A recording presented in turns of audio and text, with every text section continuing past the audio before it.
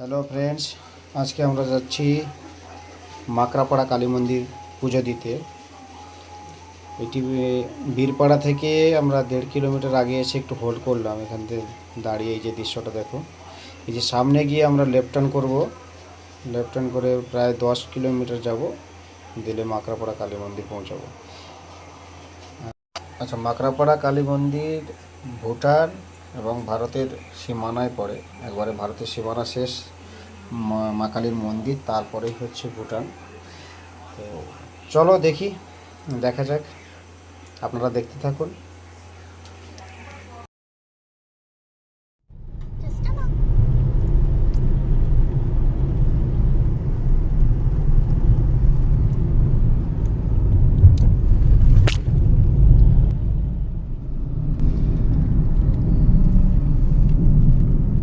এটা কিন্তু একেবারে জঙ্গলের মধ্যে দিয়ে যাচ্ছি আমরা। এখানে শুধু সেগুন গাছের জঙ্গল দেখতে পাচ্ছেন আপনারা। খুবই একটা একবারে ঘন জঙ্গলে এখানে হাতিও আছে, বাঘও থাকে এখানটায়। দিনের দিকে এটা আমরা দিনে যাচ্ছি, তো রাতের বেলা দিকে বেরোয়। বিশেষ করে হাতি কিন্তু প্রচুর বেরোয় সাইডে। তাহলে আপনারা দেখতে থাকুন, আর বেশি কিছু বলবো না, গাড়ি চালাচ্ছি।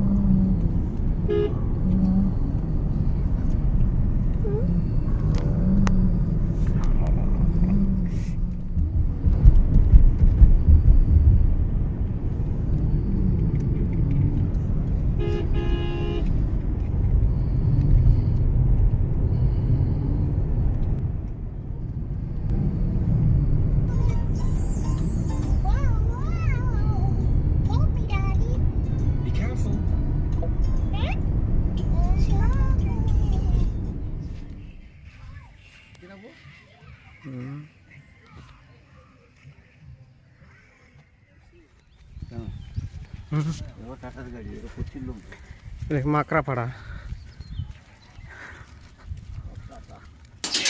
ভুটান দেখুন, পৌঁছে গেছি আমরা। কারখানাটা দেখতে পাচ্ছি সামনে, ওটা কিন্তু ভুটান। আমরা কিন্তু ভারতে দাঁড়িয়ে আছি। Indian last border. ওই কারখানাটা হচ্ছে ভুটানের কারখানা। এখন যাচ্ছি আমরা মায়ের মন্দিরে। ওই যে সামনে মাকড়াপাড়া, এই যে মায়ের মন্দির। দেখুন, আমরা যাবো এবার পুজো দিতে। কতগুলো সিঁড়ি আছে, অনেকটা উপরে উঠতে হবে মায়ের মন্দিরে যেতে হলে। চলে গেছি, পুজো দিয়ে আসি।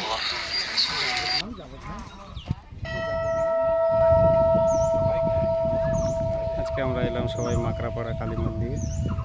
খুবই প্রসিদ্ধ এই মন্দির, ভুটান ও ভারতের বর্ডারে, ইন্ডিয়া এবং ভুটানের বর্ডারে অবস্থিত এটি। কালী মন্দির, মায়ের পুজো হচ্ছে এখানটায়।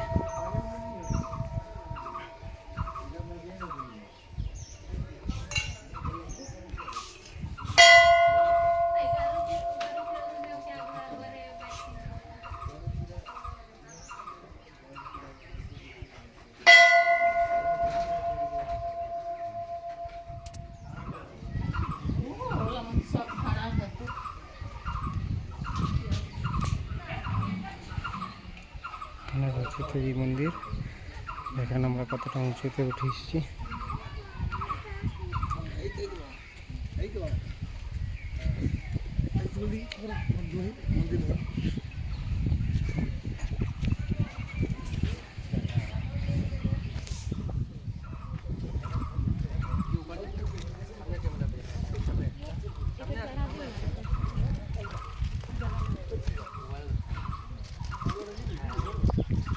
বাবা ওই প্রসাদের ঝুড়ি কই গো?